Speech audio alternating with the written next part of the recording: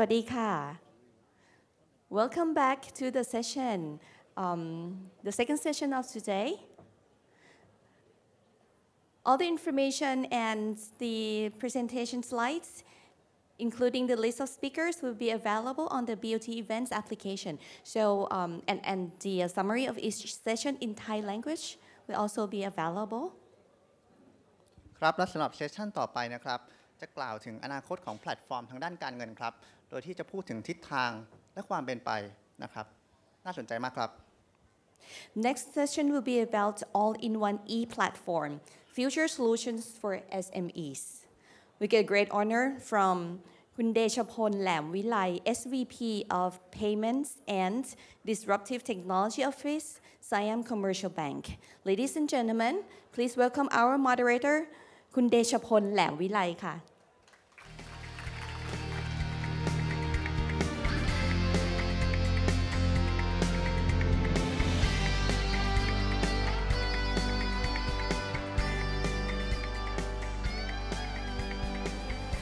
Good morning, ladies and gentlemen and distinguished guests.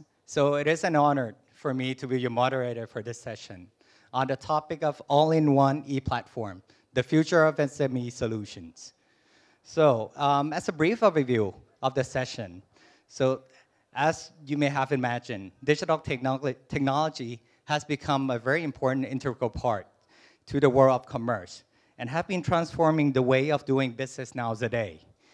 Online channels or digital platform have become important touch point between sellers and buyers.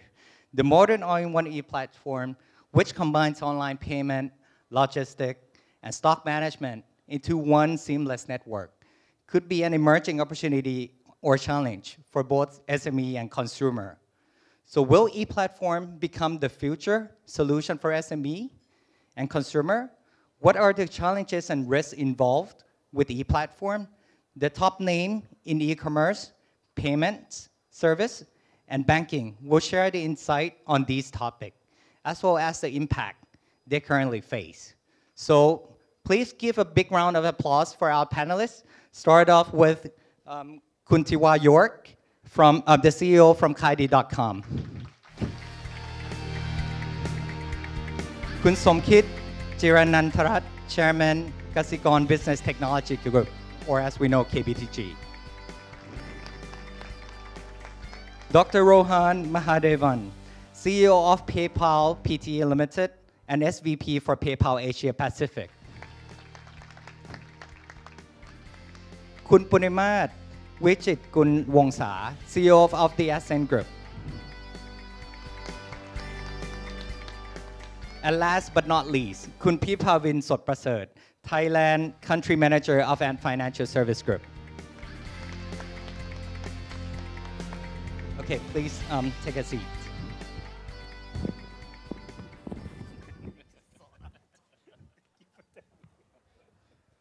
So many family faces. So without further ado, I'll start off with the first question, and this is to Dr. Rohan. So what would be an ideal all-in-one e-platform from your point of view? Well, thank you for that, and thank you again for having me here. I do notice that I am probably the only one not based in Thailand, so I wanted to perhaps take 2 minutes to just share with everybody a little bit about PayPal, where it's at, and then kind of how we actually are helping SMEs sell on social and making sure that we give them the opportunities of accessing global consumers. So I have a few slides I wanted to just take you through. The first one is about PayPal. We are a company, a global company. We have consumers and merchants, so we're a two-sided network. And last year, we processed about $451 billion in payment volume globally. In about 200 countries, we have 207 million consumers, 209 million active consumers, and 18 million merchants globally. A lot of the merchants are also, we have about 100,000 or more merchants actually in Thailand, which are selling to these 209 million consumers around the world. Mobile payment volume, as you all know, is growing really rapidly at about 50% more every year. I think the important discussion here, coming back to the platforms, is right now we've seen a massive change of how merchants are selling, especially small businesses. And one of the things that they're selling a lot on right now is social media. And this is just an example of one of the merchants here and how they are actually accessing and selling on social media. So somebody comes in, they see a bag that they want to buy, and they actually start a communication with the merchant on social media. What then happens is this typically, you text message back and forth and try to find out whether things are gonna, how much it's gonna cost, how much the bag, et cetera, is. And this is an example of a customer asking how much the bag is. The merchant replies saying, yes, it's about 60,000 baht. And the customer says, can you send me a payment link? And we have a solution for social media where the merchant, in this case, Authentic First, creates a handle called paypal.me, text messages, paypal.me, Thai baht 6,000. The person receives it, he does one click, and the transaction is complete. The reason why this is really important is the minute the conversation ends. I mean, how many times have you gone to a market, you have a conversation, and you say, I'll come back, right? You never come back most of the time. And so this is to make sure that you don't say, I'll come back, okay? But you actually complete the transaction when you're engaging with your customer.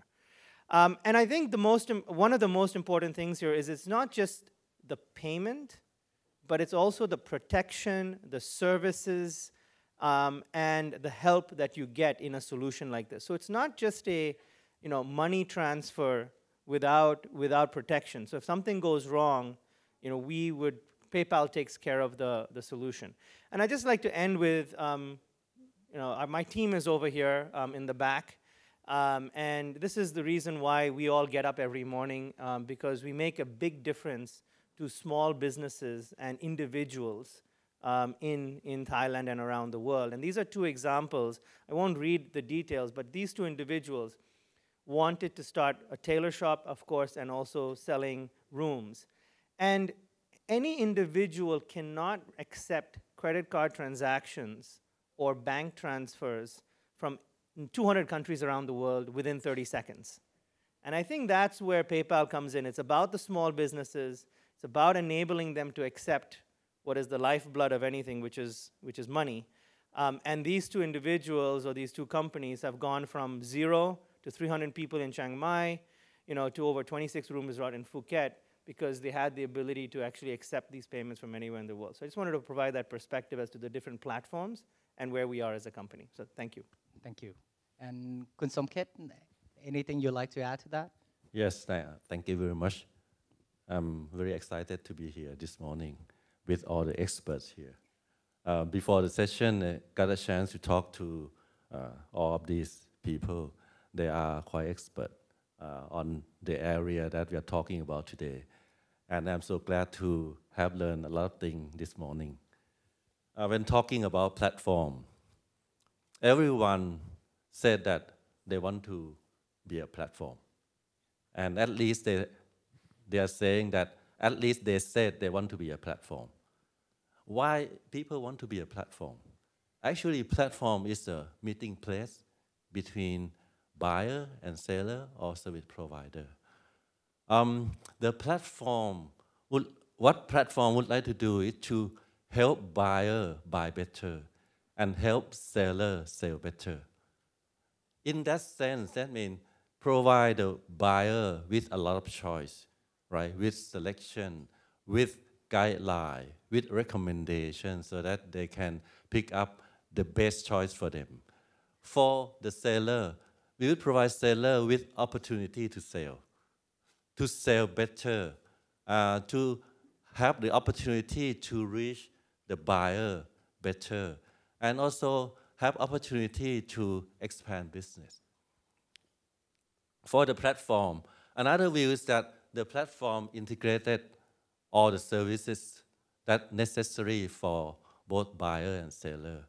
For example, the platform may provide an integrated service by themselves, Or if they don't provide by themselves, they can orchestrate the service with the partner or with the with any third party that they work with.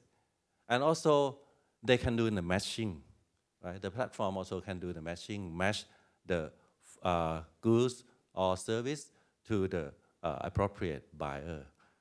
For the banking platform, what we see is that banking provide banking service and payment service. For other service like logistics or providing other goods and service, we orchestrate. And also what we can do in addition to that is we can provide the matching service. To do the matching service, we need a lot of information, right? People coming into the platform, they do transaction in the platform. We have a lot of information so that we understand more of the customer, then we can provide them with the matching service. Buyer go to the platform for one-stop service. Seller go to the platform for probably it is easy for them. They don't have to build the infrastructure by themselves. They just plug into the ecosystem. For the seller, they have a lot of opportunity to sell better, including the right timing to expand their business. For the platform, another thing is that I think it's easy for people to join the platform and get benefit. But the ideal case for the platform, I think number one for the good platform is to have the traffic. The platform without traffic, no one wants to go to, right? For example, in K-Bank, we have the K-Mobile banking that have right now 8 million customers on the K-Mobile banking. We said, if we want to platform, what should be the number of active customers? 8 million may be too low, right, to building a good platform. We are looking at 20 million in 3 to 5 years. If you reach 20 million in 2 to 5 years, we'll be able to attract good service provider. You'll be able to attract customer to come in. Another thing for the good platform is to have a machine learning capability. With all those data coming in, you need to be very intelligent in order to understand the customer inside, in order to recommend them, right? What they should do, and in order to provide good solution, not just the financial solution, but probably life solution for them. So those are things that I think crucial for the good platform. Thank you. Very clear answer. And also, Kun Punnamas, anything else would you like to add on top to that? Sure. I'll quickly tell 1 minute about what Ascent does. Right? Many of you may not know. Ascent has operated a consumer brand called True Money. Okay, so I'm from True Money. Our mission is to enable everyone access to innovative financial services leading to better life. What we do is we position ourselves as a financial service platform connecting large active user base, and we target the underserved two groups, digital consumers and the so-called unbanked and underbanked. Then we connect them with the service providers, starting from payment service provider, online, offline, in the future, lenders, investment companies, insurance companies, so on and so forth.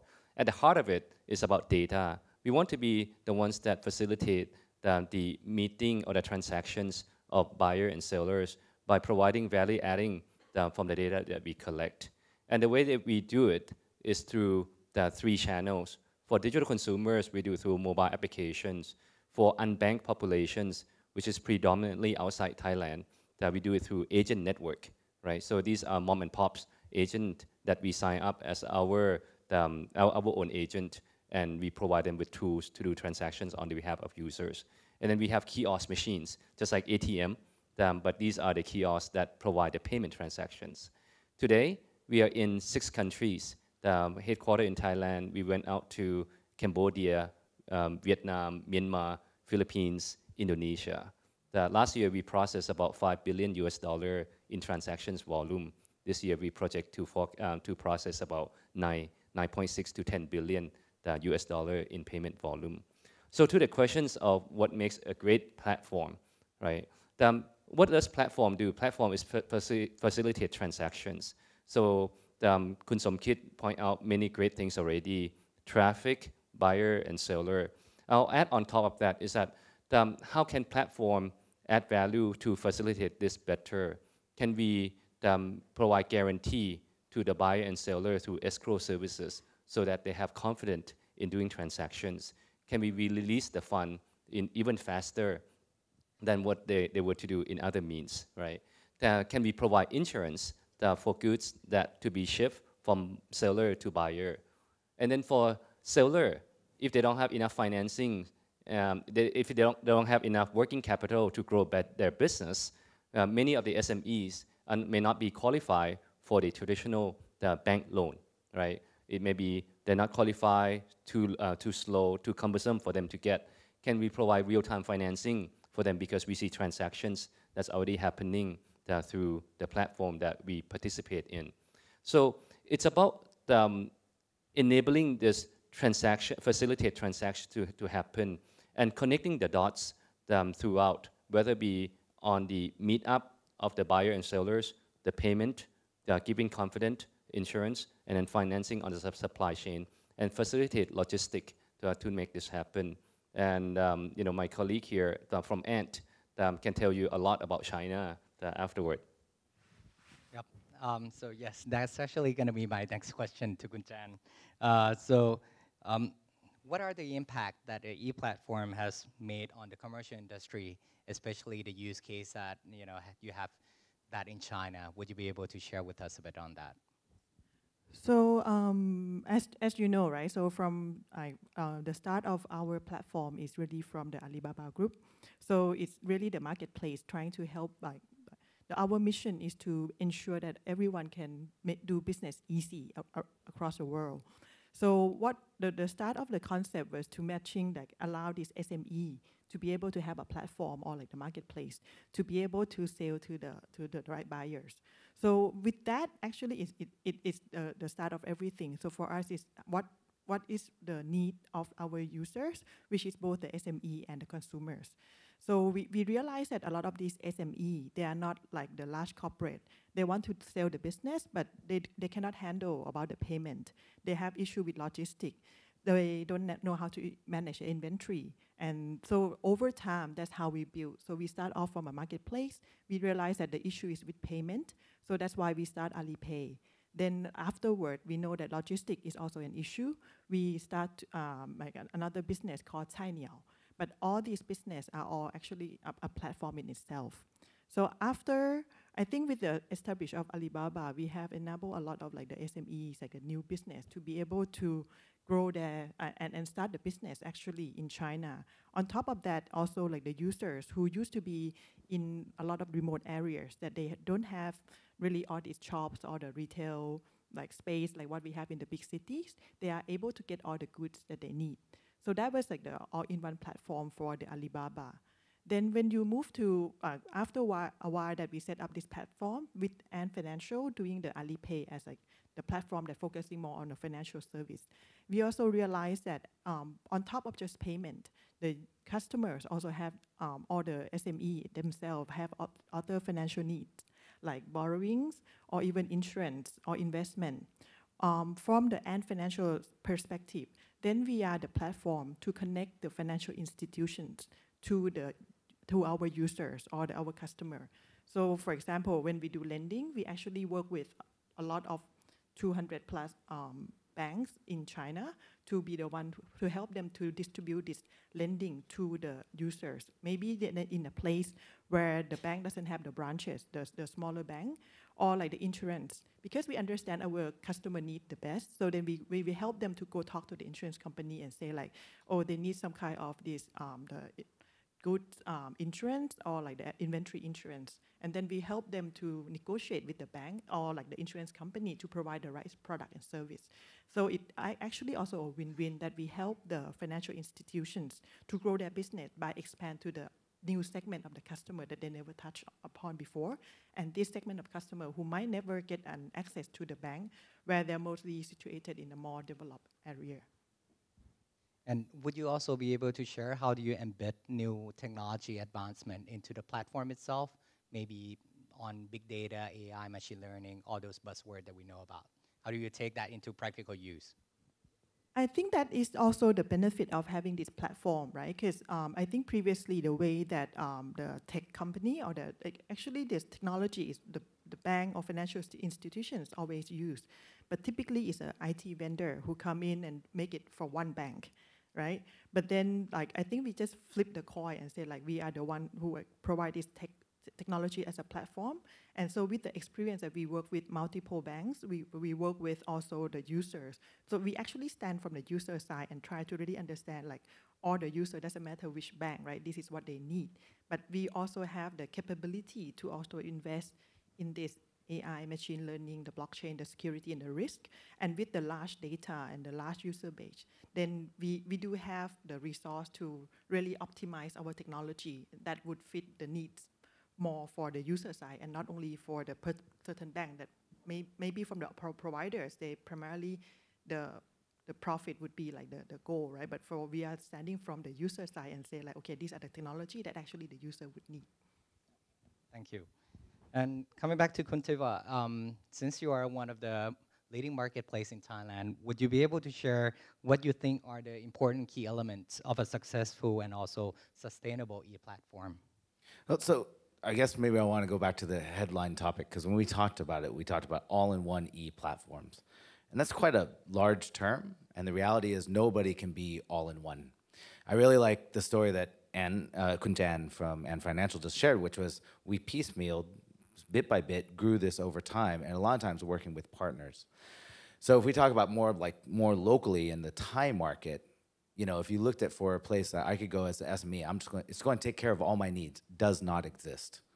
There is no one place. It depends upon what you want to accomplish. And the difference is this: if I'm a B2C business, I'm selling to consumers, then I have a certain set of needs. If I'm a B2B business, I have a different set of needs. And you can't have one that applies to all SMEs, because the SMEs have different requirements for their own business. So the reality is, my advice to the SMEs would be, first of all, figure out what it is that you're trying to accomplish from this platform that you need. Actually, what I'm looking for is I'm looking for consumers. Where do I go? And I need to be able to manage e-commerce. Well, okay, let's talk about just in Thailand alone. You have places like Tape Shop, LNW Shop. They provide this service, right? And they work with the partners. They work with each of the payment providers here. They work with the banks. They work with logistics companies to help bring you together. On a more global scale, maybe it's Shopify. I need to bring in Shopify. And these are the tools that the businesses have built to try to facilitate SMEs. Because what happens is this: is if you go into a marketplace, say, we'll take locally Lazada, you're kind of stuck into their ecosystem. But they're not the only ecosystem. You also need to be on AliExpress. You also need to be within Darat.com, or you need to be at We Love Shopping, or you need to be at 11th Street, or you need to be other places as well. So you need this platform that can plug you into these places appropriately. And they're going to solve a certain portion of your business. They're not going to solve everything. You need to choose the right tool for the right job. I can even say that for my own business. We're a technology company. I spend a lot of money purchasing technology to answer my customers' needs. So we don't build everything. We make a choice between build or buy, even as a technology company. I have a whole team of engineers, and we decide what core pieces we actually build and what pieces we don't, because it's not core to my business. I look for partners. For example, payment, I'm not going to solve payment. The people up here are going to solve that for me. And those are the people I will partner with to bring that service to my customers. And you know, if you look at it from the buyer or the SME or the seller side, only thing that matters is simplicity. How easy was it? And people always ask me, like, Tiwa, you in Kaidi, do you guys know Kaidi? Most of you, yeah? Okay. So we're a generalist marketplace. We are not e-commerce, and we won't go to e-commerce yet. The way we look at the world is we look at the world, look, trade has been happening since the beginning of mankind. It's just the absolute basic of the social nature of humans. Therefore, the only thing Kaidi does is opens up a marketplace so you can access an audience you never knew you had. And that's the simplicity. In Thai, we'd say, that's it.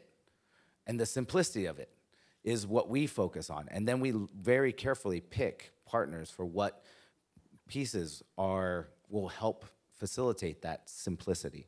And so when we look at the all-in-one e-platform, yeah, there's pieces that need to come together. And if your job, and the only thing you're looking for is for your SME to sell more online to your consumers, then there are a lot of solutions out there. If you're looking for a B2B play, let's say you sell medical equipment, guess what? That's much more specialized. You're going to have to go find other tools for that. And particularly in medical devices are regulated. There's actually a lot of control, and your actual end consumer is, the end customer is totally different than, say, Alibaba or Kaidi or Lazada. They're very different. And so I think it depends upon the use case and what you're trying to accomplish with your all-in-one e-platform. But if you're a business and you're just trying to get started, there's a couple tools that I recommended. If you're a bit bigger, then you should go to places like e-commerce, or you go and talk to some other players in the business that are trying to aggregate and bring together the pieces to make it easier for your business. Okay, thank you. And the next question is to Kun Punnamas, maybe a difficult one. So given a joint venture partnership between Ascent Group and Ant Financial, and also the recent acquisition of Lazada from Alibaba, what's your plan in Thailand? Would you mind sharing that with us? I'm sure the audience is dying to hear that. Yeah. Well, our plan is very simple and can share to everyone. Is to grow the largest active user base, right? As a platform business, what does matter? The matter is that there's more people that are engaging with our platform. And our definition of platform, it doesn't mean that everyone has to come to our app, our website. We are hoping that everyone is using payment through us, right? And payment, it doesn't just mean our cash wallet, but payment we link to various banks, including K-Bank, SEB, everyone's. So, and why is it wallet is very important? Because that's where it's contained, just like our human life, right? We are born with two basic platforms in our life. In the modern day. One is the communication platform, we communicate. The other one is that our wallet platform, we leave home without wallet, right? We cannot leave home without wallet. We cannot leave home without phone first, and now without wallet. So by owning the wallet, we can help facilitate the users and the merchants in many, many ways. So our plan is very simple, to grow the biggest, largest pool of users who use our wallet payment. Now, with Lazada and the Alibaba family, and just yesterday you may have heard announcement that the Alibaba, I think, put in another $2 billion into Lazada, right? And Alibaba chair lady, Lucy, is now the CEO of Lazada. And that will make the integrations of Lazada and Alibaba even tighter.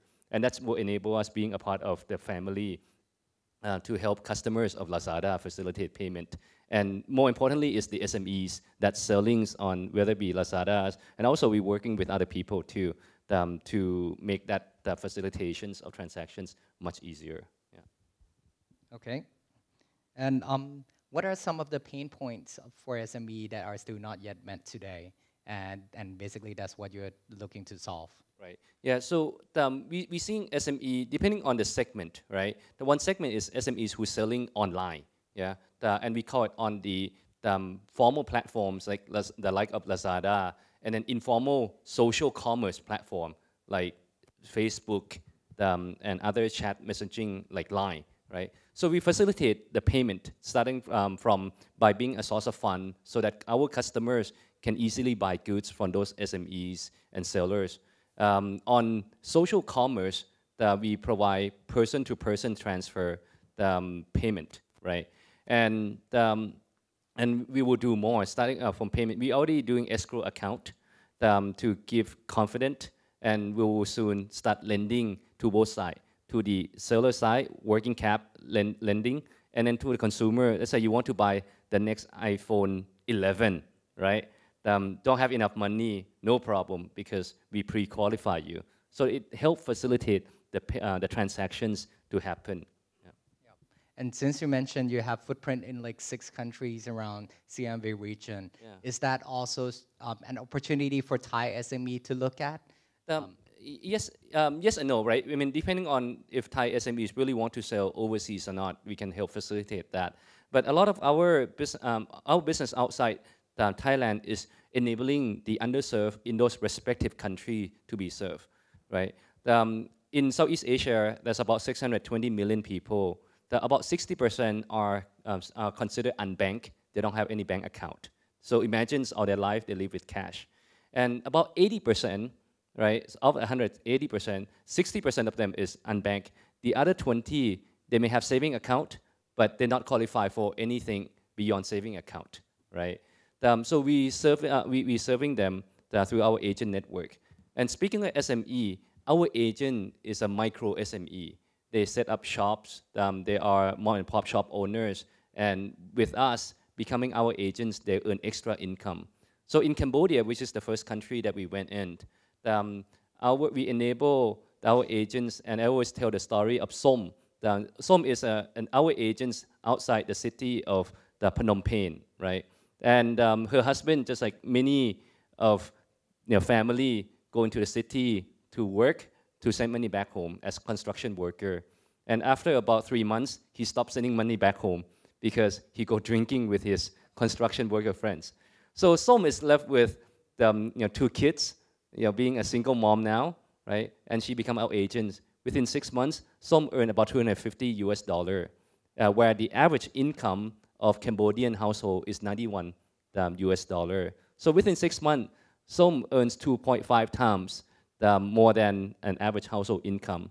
Importantly, Som has dignity, so she doesn't depend on her husband, and she can feed her family. And these are the micro SMEs that we want to enable. And now we are extending loan to Som to open up the mom and pop shops to enrich her communities. Yeah. Okay. And Kun Somkid, given that KBank has, I remember from yesterday's session, 1.5 million SME in Thailand. So what are some of the pain points that KBDG is looking to help solve? Glad to hear a lot of good story from Kun Punnamas. But we look at the pain point for the SME, especially the small SME. I think number one is cost of starting and doing business, especially expanding the business. Secondly is the liquidity to run the business. And thirdly is the marketing cost and effectiveness. For the customer pain point, I think they may face with unreliable product. They may face with no guarantee on delivery, or they may face with inconsistency in services. In our platform, or the platform that we want to be, we have right now 8 million customers on the mobile banking. 8 million customers, it is about 600,000 million baht buying power. Right? If you have ability to match all those people with the goods product that we want, so it's another business model. Because we look at this, that we can match anything to them. We are not marketplace like Kaidi, but we would like to work with a lot of marketplace, that this is another opportunity to help the merchant to sell better. And at the same time, we can help our customer in our platform to buy good product, to have a good deal. This is what we call buyer marketplace, right? With machine learning capability, with the data that we have, I think in the past, we have tried on 2 projects. One project we call machine commerce. We have tried since February last year, but this is a trial period because we haven't got any approval from Bank of Thailand at that time. So we tried it with our employee. On the Valentine's Day, we sent roses to some of the people that we think would like to buy the rose. For some people who never buy roses before, on that day, because of the offer just right pop up on their face on the mobile banking. They just use just one click, right, to buy the rose, sending to someone, putting the address in with some of the message that they want to send. And we have tried on a few more products, especially agriculture product, and also some other product that help small business. Another project we work on is on the financial product. We call it machine lending, right? We provide personal loan to people that we think would like to have that kind of loan. And with that kind of offer, they can, if they're interested, they can choose their own term of payment, right? Either 3 months or 36 months, or they can choose amount of money, right? Starting from 30,000 baht to 500,000 baht, up to the person that we offer the range of the loan that they can borrow. With this kind of scheme, if they agree on the term and service, if they click agree with the contract, less than 1 minute, they get the money right away, right into their account. So it will help them, provide them with very quick liquidity to do business and also to expand the business. In order to expand business, if they do transaction in the platform, we'll be able to understand their business very well. And we know that this kind of business can expand at the right timing. Then we can offer another loan, business loan. So this is another, I think, opportunity for us to help small business grow and to help a lot of people to start a new business, a new small business. Even some students, right, in high school or in university, they can start very small business on a part-time basis. With this kind of scenario, I think the Thailand economy will prosper because people will feel that it's very easy to do the business, to start the business. Thank you. And Dr. Rohan, so the next question is basically, since PayPal, you've probably been working with merchant and also consumer for probably longest on this stage here. Would you be able to share with us on how you think and how should the e-platform actually help supporting them scaling up their businesses? Yeah, sure. I think the essence of any the oxygen, if you will, for a scuba diver needs oxygen to stay alive. I think the same oxygen for entrepreneurs, small businesses, is money and making sure that they can get the money as fast as possible. A minute is amazing speed to actually get a pre-approved loan, which is really fantastic. In addition to just getting the money and not having it in escrow, but actually receiving it and putting it in their bank account and having, and being able to use it as capital to buy goods and to sell more, etc. It's the safety of the platform that's also what's very important. Because a lot of the times what ends up happening is you as a buyer, say you're sitting in Europe and you're purchasing something from a gemstone, say from a Thai merchant, and you need to know that it's not just sending money into the Thai merchant's bank account, but that if something goes wrong because it gets lost in the mail, for example, or it's the wrong item that was shipped by mistake, then you need to know as a buyer that there's somebody who will actually keep you whole and keep you protected. Because if you don't know that, then you're not going to make the purchase using that payment option from the Thai merchant. So the safety of the platform is very important. Equally important is making sure that the Thai merchant, when they sell and send that diamond or whatever to the gemstone to the European buyer, needs to also make sure that the buyer is not cheating them.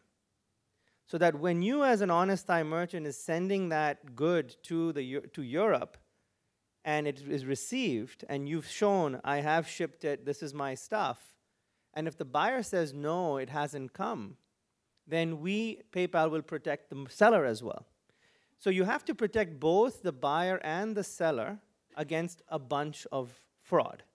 There's fraud, right? There's buyer fraud, there's merchant fraud. Those are the two areas. And then there's also bankruptcy risk, right? I can be selling you a bunch of things and then I go bankrupt, but the buyer's already paid for it. So if you take all of these kinds of situations together, the payment system that you're using has to be considered safe for both parties. Otherwise, you will not create commerce, right? Then it'll just be like a wire transfer where you don't have any recourse. And so just to give you a sense, and the good news about when something goes wrong, if something goes wrong, is that you have the data to then make sure it doesn't go wrong again in the future, right? And so PayPal, what we do is we actually invest about $1.5 billion every year in paying out buyers, in paying out sellers, and in trying to in making sure that our systems are safe. So that's the kind of risk investment that we make.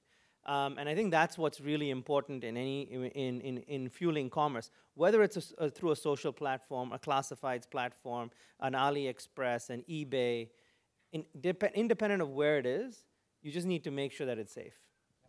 So security and safety. Yep.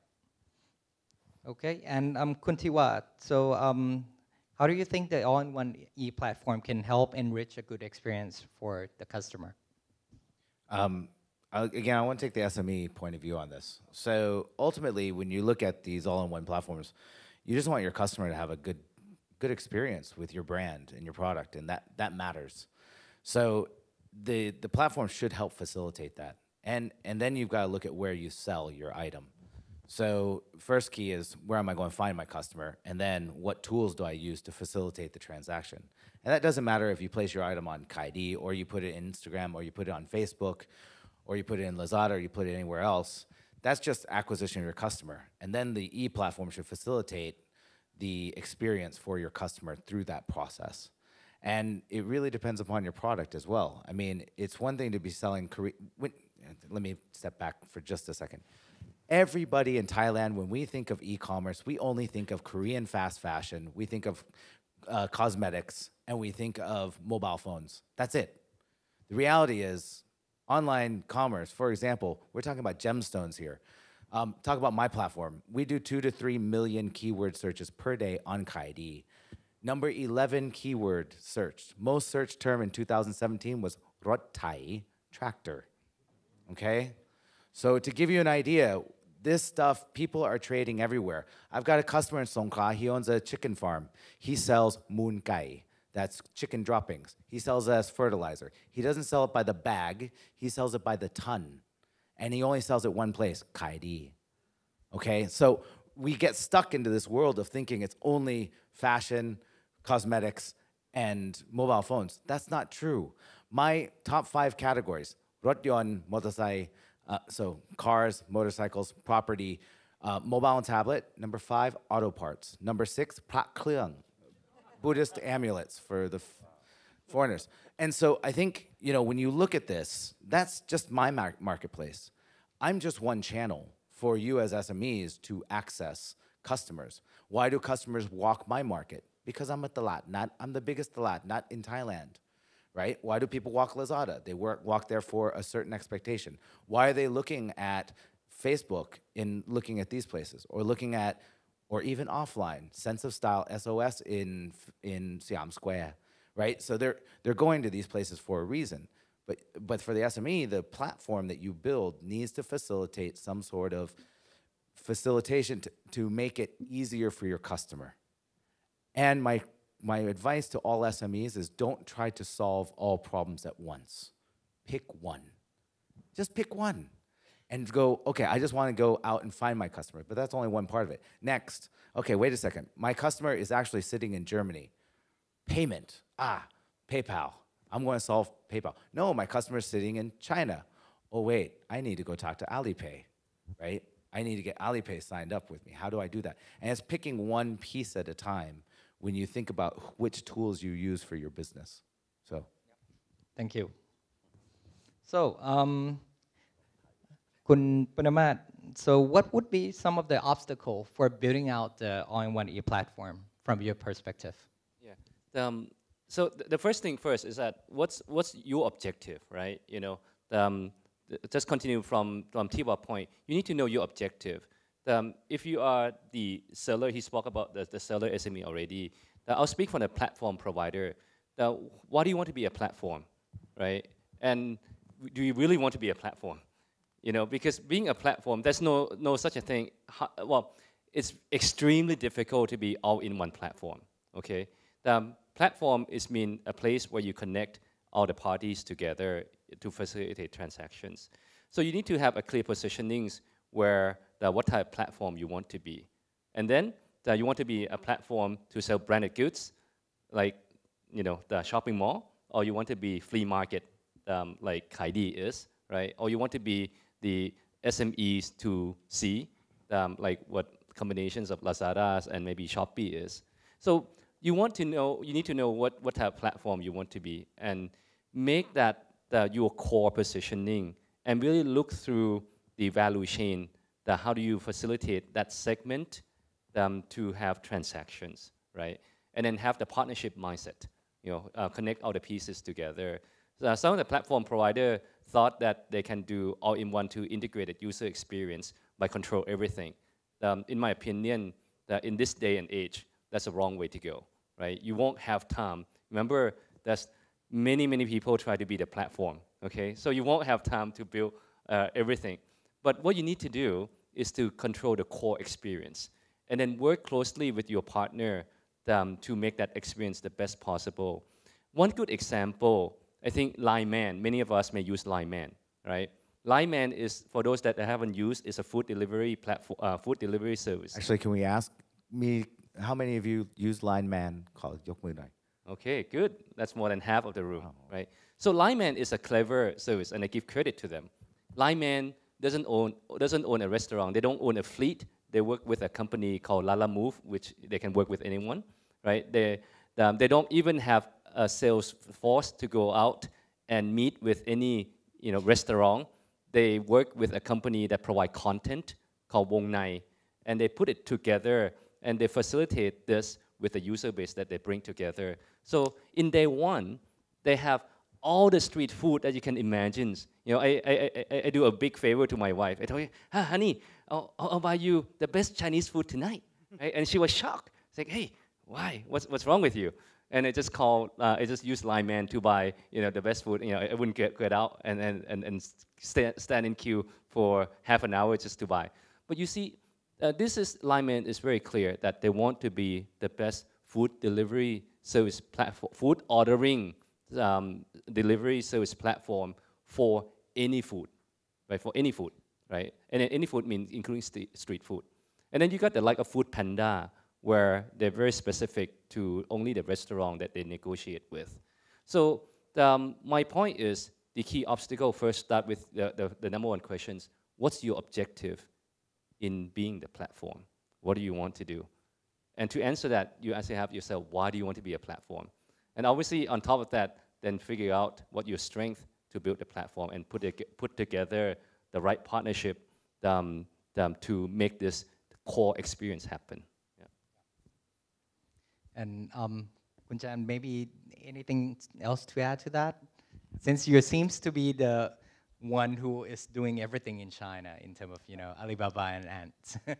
I think Punnamas has already put very good suggestion for anyone who want to build this e-platform. I think that's the most critical thing, is to think about why do you want to be the platform, right? And I think earlier Kun Somkid also mentioned about being a platform. One of the most important thing is that you have to have the traffic, you have to have the users, right? Because I think the platform in a way is a concept of being a market, right? So if you have a market where no one go, then that you don't have any other means to deliver all this service to the people. So I personally believe at the end, the platform would be for any specific objective. Maybe at most it would be 1 or 2 platforms for each type of service, right? With the size of the Thailand, right? Or even China. If you look at the top platform, there would be for each category maybe 2 to 3 max. Then that's why when you are able to identify what is the right target group, like Line Man, then you create a new, completely new categories. But if you just see, oh, Kaidi is doing very well, let me be the fifth platform there. So maybe that wouldn't be the right path to go. Yeah. Actually, let me back that up. On a strategy level, we definitely look at it as there's usually one clear winner, and the market can usually sustain to a second and maybe a third player. But usually in the platform business, it's either the winner wins, and it's a winner-take-all business. And it doesn't mean that you can't have a second or third player, but that second and third player usually don't make much money. And so when you go for the platform business, this is why you see big companies and putting massive amounts of money behind it. And you hear like Lazada putting an extra $2 billion into Southeast Asia, right? That's a huge number.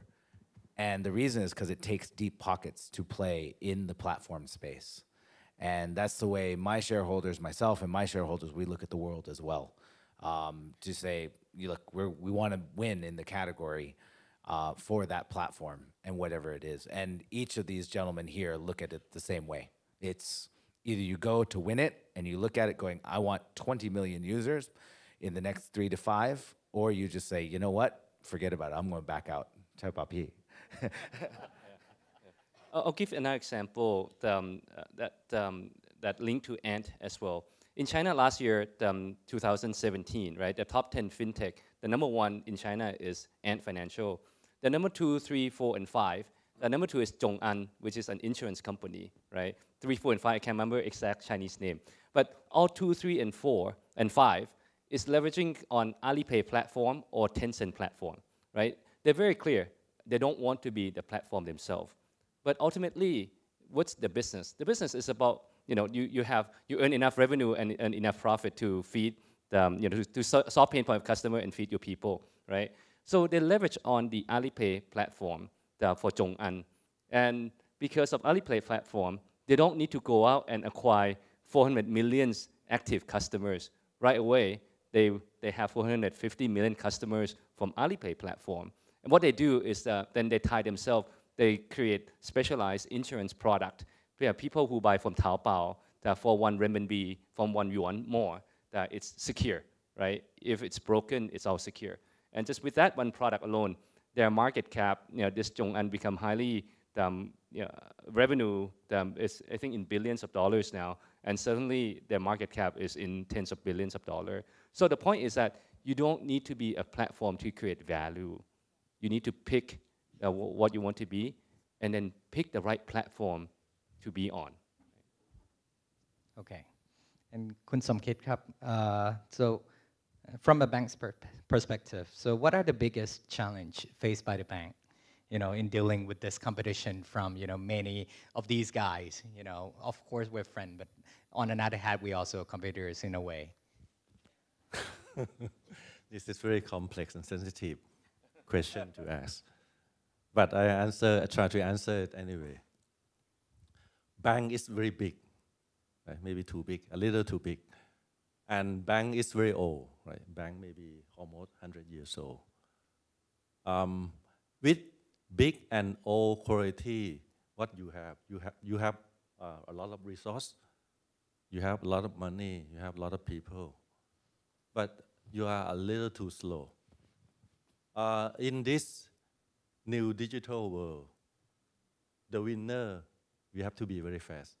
So if you run bank in the traditional way, so it's like you are a good old rich man, right? You cannot survive. So how to change the bank? You need to change first, I think, the mindset. We need quite a few younger generation to blend in, especially digital native. We need a lot of talent, right? I travel a lot to US. We have people travel to UK to recruit people coming back from US. We go to top university. At least I go maybe twice a year. Next month I will go as well. In January I went already. Next month I will go another round. So I think to attract talent to come in and work with us, with new younger generation, I think very important. Secondly, I think bank need to move a lot faster. We cannot move in the same old pace, same old speed. We cannot survive with that. We cannot work in the big bureaucratic organization with a lot of committee to decide what to do. That's the old days. Right? For the new way to do business in the digital world, I think you need to have the front line that can move very fast. The front line doesn't mean only technology people.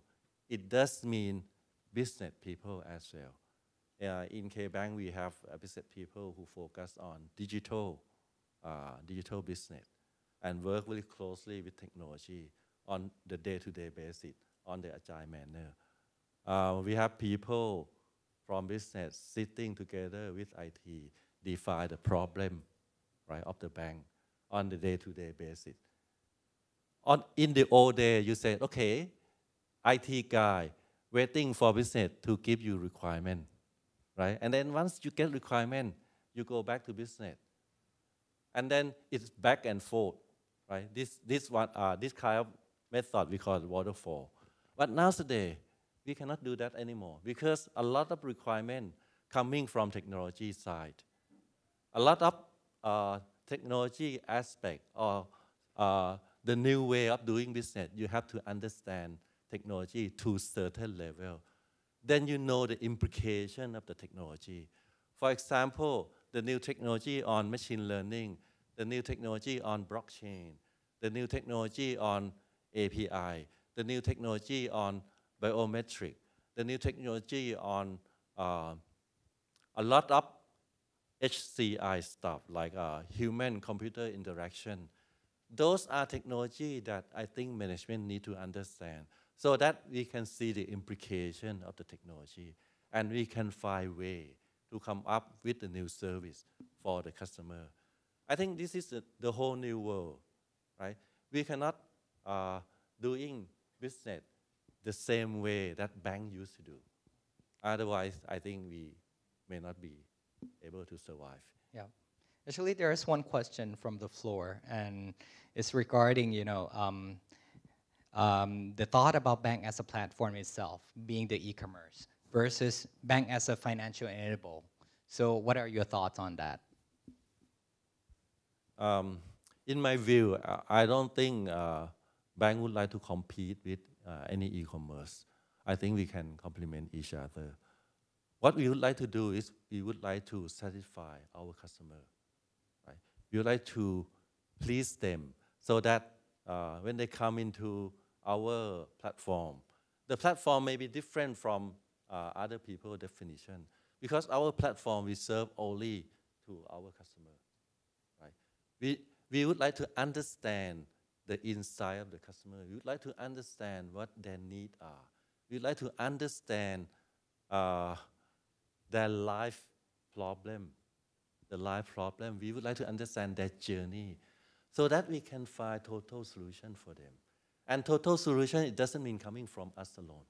We have to work with a lot of partners, right? We have to orchestrate the solution, the total solution to them. Like in China, you have two big platforms, right? You have Alibaba and you have WeChat. Those also going to address the life solution for the customer, right? For people who go into the platform. Likewise, I think we need to focus on the customer, right? First, I think we need to build capability on technology. Second, we need to be able to attract good people, especially younger generation. Thirdly, I think maybe the most important, we need to focus on the customer. The customer change because of the technology. The behavior change, right?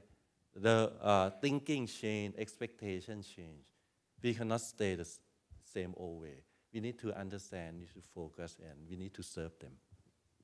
Okay, thank you. And so we have been talking about all the plus side, the good side. Maybe we can talk about the downside of it too. So Dr. Rohan, do you think there are downside risks to the all-in-one e-platform, and how do you think, we can mitigate those risks?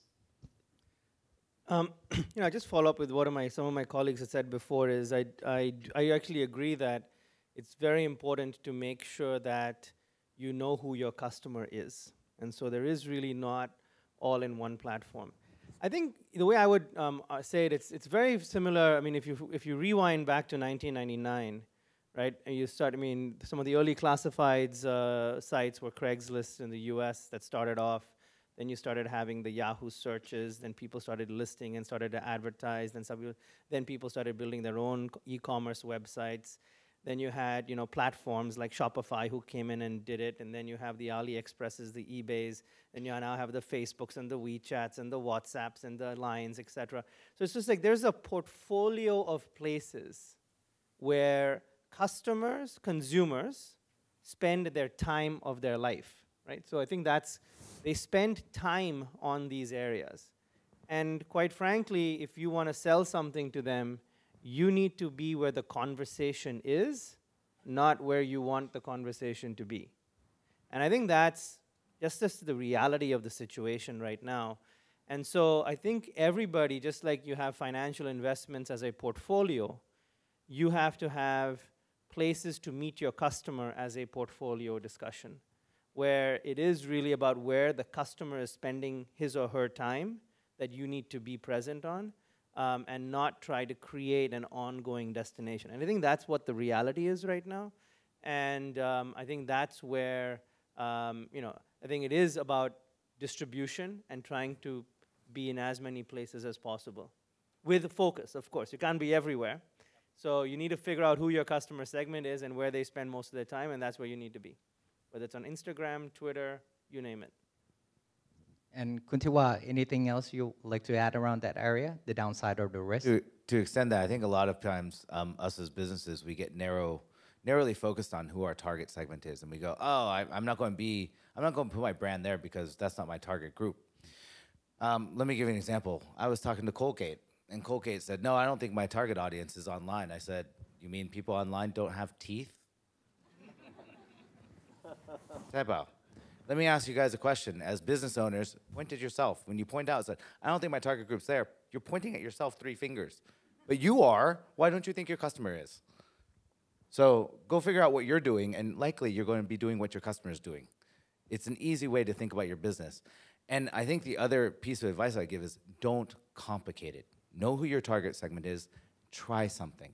I think for businesses, we overthink things and we get stuck. We go, oh, that sounds so complicated. I don't know. Do I need a programmer? Do I need to, let me go ask my nephew. Let me go ask my, let me ask you, how do we do this? It's not that complicated, but pick one. Don't overcomplicate it. Decide that instead of trying to solve all the problems of your business, start with step 1, build to step 2, build to step 3. All of our platforms were built like that.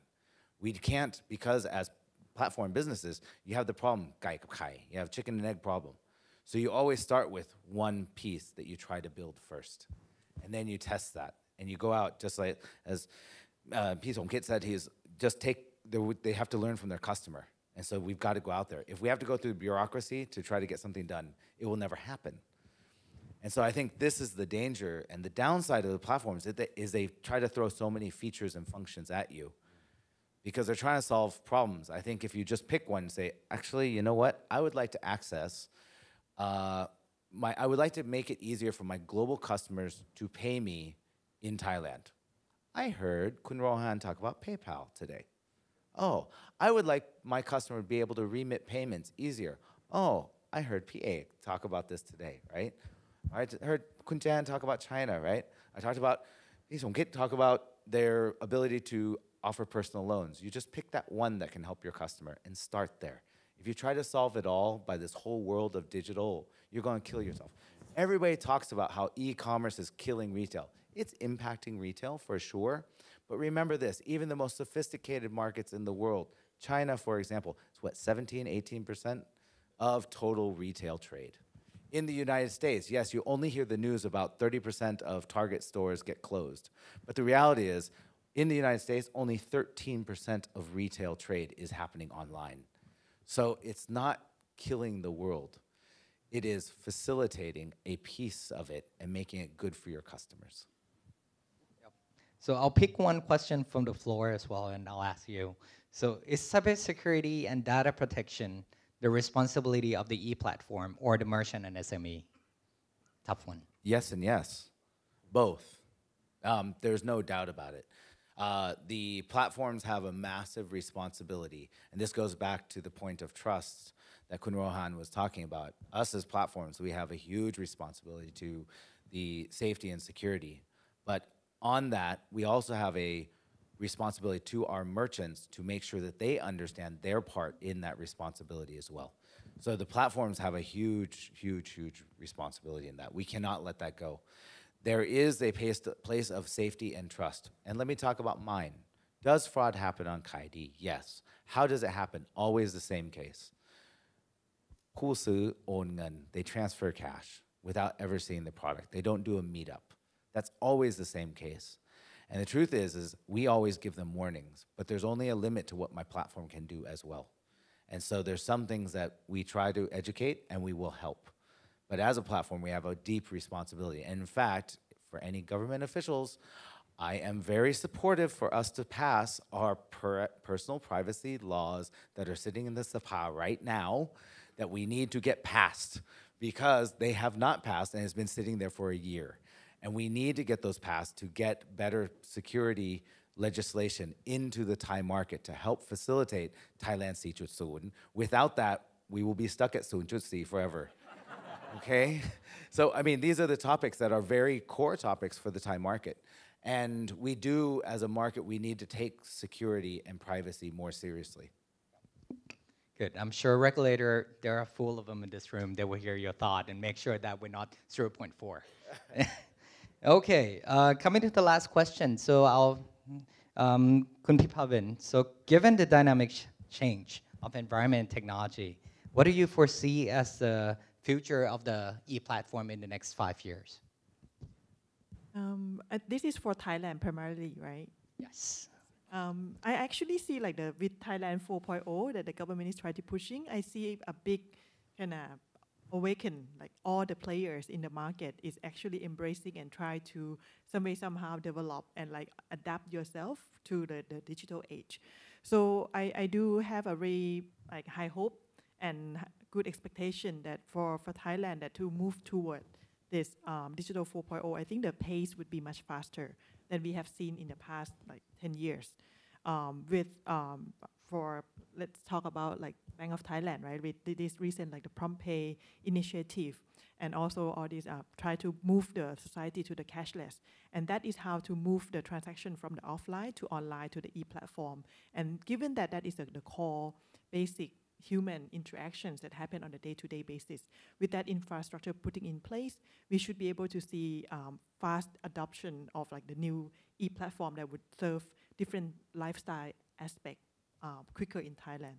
Yeah. Okay. Can I ask a question to the panel? Sure, please. And it's going off of that, which I'm a big supporter. I think Prompt Pay is a great initiative, but we also have several e-wallet businesses sitting here. Where do you guys see the mix between Prompt Pay and e-wallets? Will Thailand skip the whole e-wallet thing, or will it and just go straight to Prompt Pay, or will e-wallet still have a place in the Thai commerce? I know for international that's one piece, but in the local Thai commerce, can you guys give us your viewpoints? Yeah, I'll give my viewpoint first then. It's that they're not competing, they're highly complementary, right? What Prompt Pay is, Prompt Pay has a number of initiatives, but at the core of it, it's a proxy to make it easy for people to identify the other party, right? And at the end, you still send money through whether it be source of fund bank account or source of fund e-wallet. Right? So it's a huge, compared to in the US, US has this thing called ACH, right? The Prompt Pay is a similar thing, or India has this thing called UPI. With UPI, it's enable e-wallet to do a lot more as well, right? So Prompt Pay is not making the e-wallet obsolete. In fact, in my view, it's make e-wallet even much more powerful, right? Now, I think the key thing, the important thing, and it's touched on regulator as well. In the age of Thailand 4.0 or digital transformation age, the role of regulator has to be balanced, right? meaning that do not overcomplicate things, do not overthink, but not too lightly as well. Find the right balance. Sometimes regulators try to overcomplicate things and make the baby not born. Okay, you kill at the prematurely because you think that he's gonna be the adult, and so we have to protect him like this, like that, like that. No, let him born first, right? Let him get born first. But at the same time, the player, the baby need to understand regulator as well. We can't be coming out and shout to the whole world, trust me, and then you end up causing, as a player in the market, cause systematic risk to the country. So there got to be a fine balance there. And I think one keyword is agile thinking, right? What is the minimum viable product? And I think regulators need to adopt the agile mindset as well. What is the minimum viable product to let the baby to get born, right? And you always have the caveat that we will revisit the policy. So let the baby get born. Let him be a grown-up first. And now I will regulate you more, right? So don't kill the baby prematurely.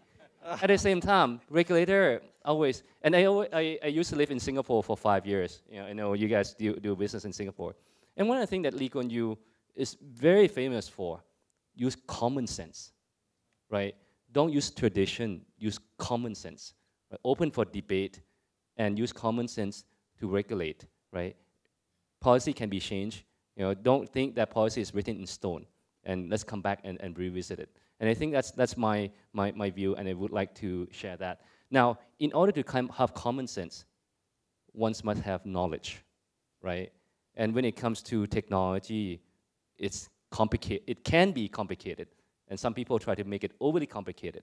So I think I also understand regulator that need to have someone who have deep knowledge about certain things and trying to find the right balance so that the baby can grow. And the baby will come back and pay tax for sure. Great. So help save. Let me add a little regulator. bit on pay. I think the difference between the old way of doing business, we use the account, and we just introduced PromptPay. The difference is that in the old way, we address account. We have to know the bank, and we have to know the account. But for PromptPay, we address the person. Right? We just know the address of the person. Either it could be the citizen ID, it could be telephone number, or it could be e-wallet, whatever. Addressing on the e-wallet and account, I think in Thailand, if you are e-wallet provider and you want to join PromptPay, you need to have full KYC, similar to account. If that's the case, it's no need for e-wallet because it's too difficult, right? But if we want to provide e-wallet for unbanked, for underprivileged, I think we need to look at the way to have the easy onboarding, right? Maybe there are certain amount of money that you can use or can transfer, but you can address the huge problem that we used to have for unbanked. Because in the past, unbanked don't want to go to the bank because too complicated, too difficult, right? But if you already have e-wallet, how can we use e-wallet to solve the big problem for the country? Thank you. I vote Somkid for the president. Yeah, but I think it's very refreshing to hear from a banker to speak like this. Thank you. Okay, and Dr. Rohan, also anything else you'd like to add on top on what you think would be the future of the e-platform? Well, yeah, I mean, I would just follow up on the comments made. First of all, yes, you're right. There is UPI in India. Pay Now is happening in Singapore. I think the banking infrastructure, the speed of sending money from one account to the next is going down to zero, right? The timing is speed. And speed used to be a big problem before. But it's not only about speed, as I mentioned before, right? I can send money from my bank account to yours, but if I'm sitting in Germany and I'm trying to send it to the person in Thailand, and I send the money immediately, who is going to protect that transaction? That's really important. And that's where the wallets come in, because the wallets, they don't necessarily have to store money, but they have to make sure that they're providing, for the lack of a better word, insurance policies on transactions, right? So there's buyer protection, there's seller protection. We've just now introduced travel protection. So when you buy something using PayPal as an example, that transaction, if you choose to cancel it, then we will actually pay you back for your trip. So these are all services and value added that come on top of the payment. It's kind of like there's a platform, and then there's the application layer. And the question is, that's where you invest your services, right? Are you going to provide quality service or not? So I think that's one thing. So I don't think the e-wallets are going, even if you don't use balances, are going anywhere as long as you're providing security, safety, and services as opposed to just speed. Speed is not going to cut it anymore. I think the regulators are actually realizing this. I mean, we were just talking before the meeting, and the speed of digitization that's happening, especially in Asia, is something like I've never seen before. I mean, there's a huge initiative here in Thailand, of course. The Singapore regulators are doing a massive push. Regulators are now starting to have sandboxes where you can operate and make sure that the baby is born, right? And then not kill the baby before that. And so regulators are also starting to take, be very forward-thinking in saying, okay, with this criteria, up to these many users, with these kinds of transactions, you can go ahead and I'm not going to worry about you. But as you become big and you have much bigger impact in the society, you have to be regulated. Where I think things can go is in the implementation of the KYC and the policies to be not based on 1990s or 1960s technology, but based on the fact that now, somebody was talking to me, with an iPhone 10, I can get face recognition, fingerprint recognition, and access my device, and I don't have to provide any kind of phone number, etc. Why can't I use that to walk through immigration? Right? I mean, these are the kinds of questions that I think we need to start looking at, because the technology exists. And I think we need to be in a sandbox open enough to bringing that technology into the day-to-day lives, because then it'll help speed things up. Thank you. So we're running out of time. So of course, know your customer, know what you are trying to solve for them, operate at speed, and of course, regulation, save the baby. So that's all for this session. Big round of applause for all the panelists. Thank you. Oh, wow.